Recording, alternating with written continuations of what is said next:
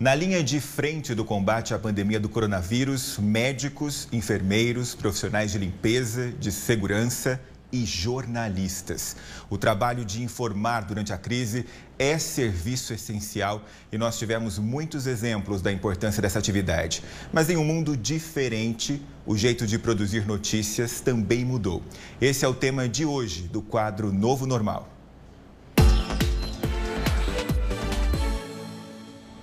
Meu convidado desta quarta-feira é repórter da Record TV, começou a carreira em Campinas, mas já atuou em vários estados e hoje integra o time de jornalistas da emissora em São Paulo. Tom Bueno, bem-vindo ao quadro Novo Normal. Oi, Gustavo, muito boa tarde a todos. É um prazer estar falando com todos vocês.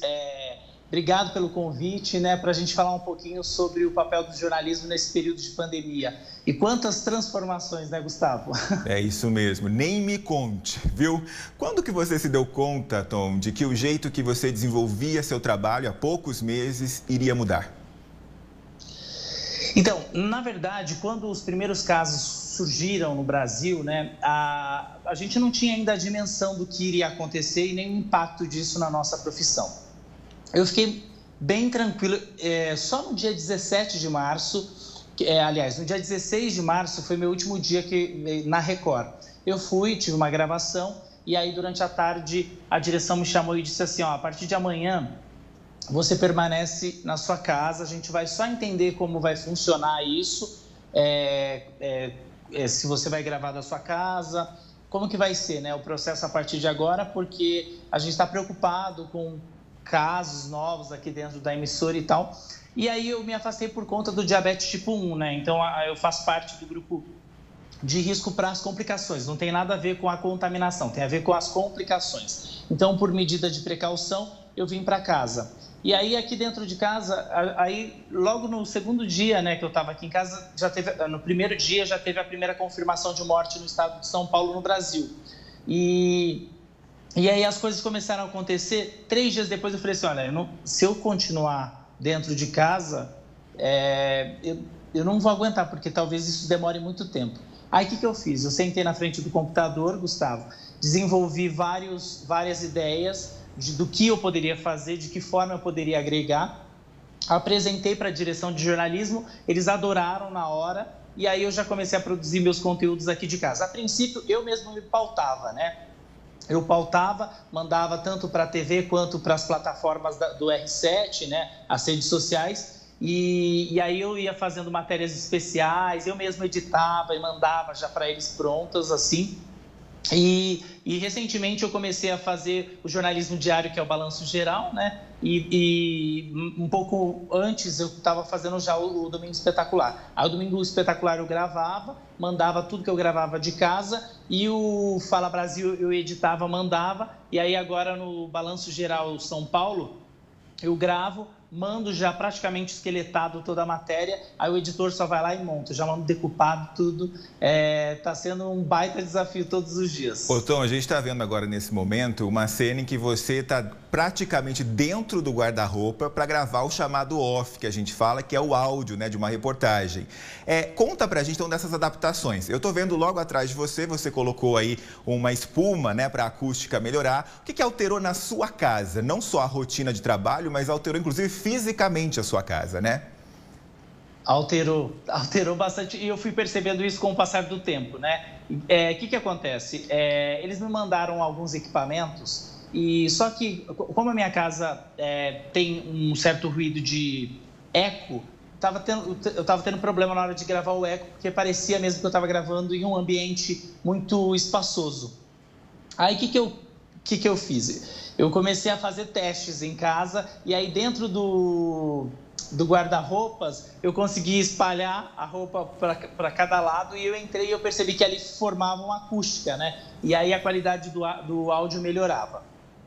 Aí eu comecei a gravar os áudios, aí não tive problema nenhum, porque assim, nem eles criticavam, Não tinha problema nenhum de mandar o áudio do jeito que eu mandava.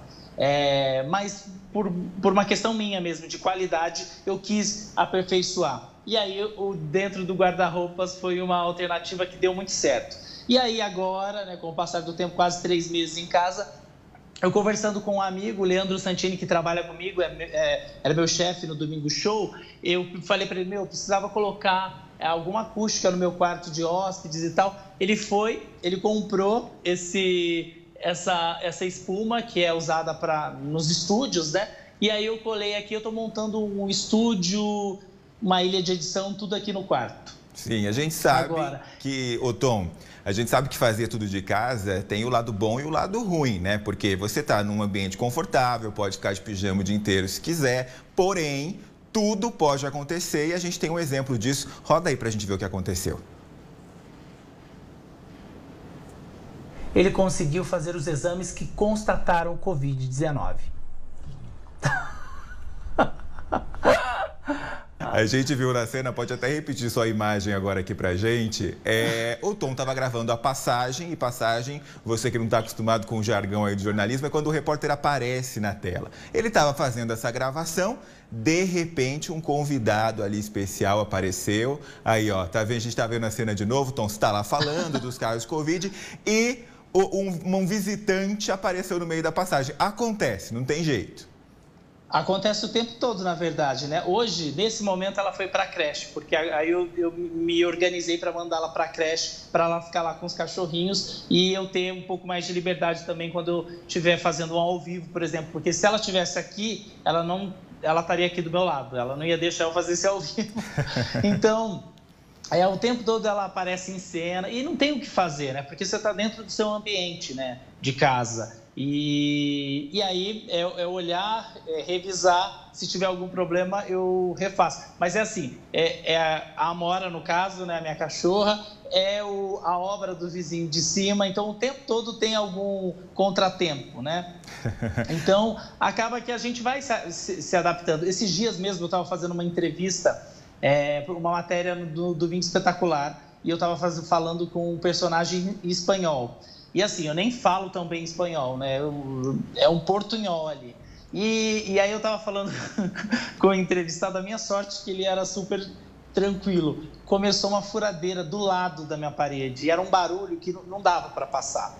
E aí eu tive que pedir para ele, a gente ficou esperando 23 minutos até a furadeira parar. Caramba, é bastante tempo, a gente sabe, né? Para produzir, para fazer TV, a gente tem que ser ágil. Outra coisa, então, a gente sabe, você é um repórter conhecido nacionalmente e não é estranho quando a gente ouve assim, lugar de repórter é na rua. Você tem sentido bastante falta desse contato, desse olho no olho, de sentir o clima de uma entrevista?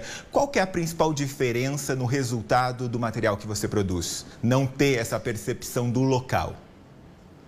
Olha, quem me conhece e conhece meu trabalho sabe que eu sou um cara de contato físico, né? E eu acho que o jornalista precisa desse contato físico, desse olho no olho, né? Confesso que quando eu decidi propor isso, eu fiquei um pouco inseguro em relação a não ter essa sensibilidade de lugar, né? Porque isso também ajuda a gente a contar histórias. Mas diante de toda a situação e com o avanço da tecnologia, também abriu um novo caminho. E é por essa perspectiva que eu olho, né?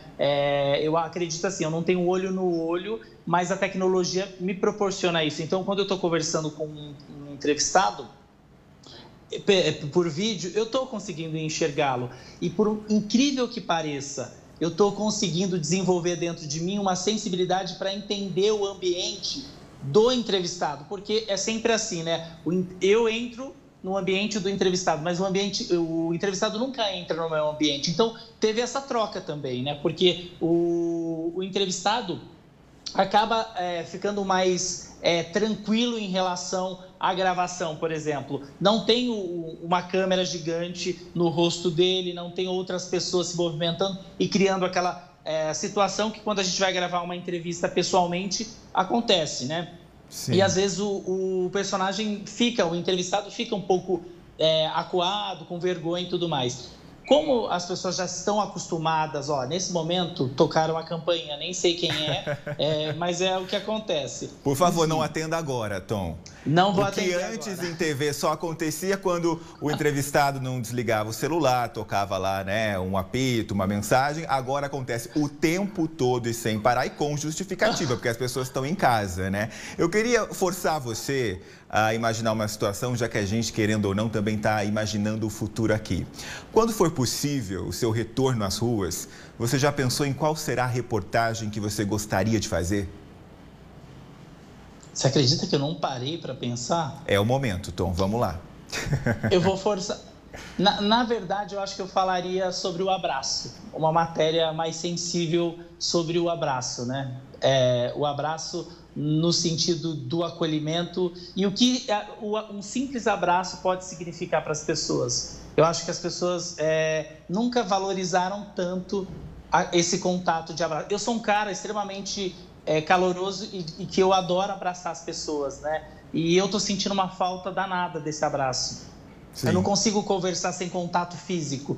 E eu viajei o Brasil inteiro, em cada lugar que eu chegava, cada personagem que eu conhecia, esse momento era uma troca de energia. Então, eu acho que eu falaria sobre voltar a abraçar. Como está sendo recomeçar, né? Reaprender a abraçar. Se mudou ou não mudou, né? Sim, a gente fez esse exercício, mas imaginando que a situação vai voltar ao normal exatamente como era antes. Então, na sua visão... Pode falar, Tom.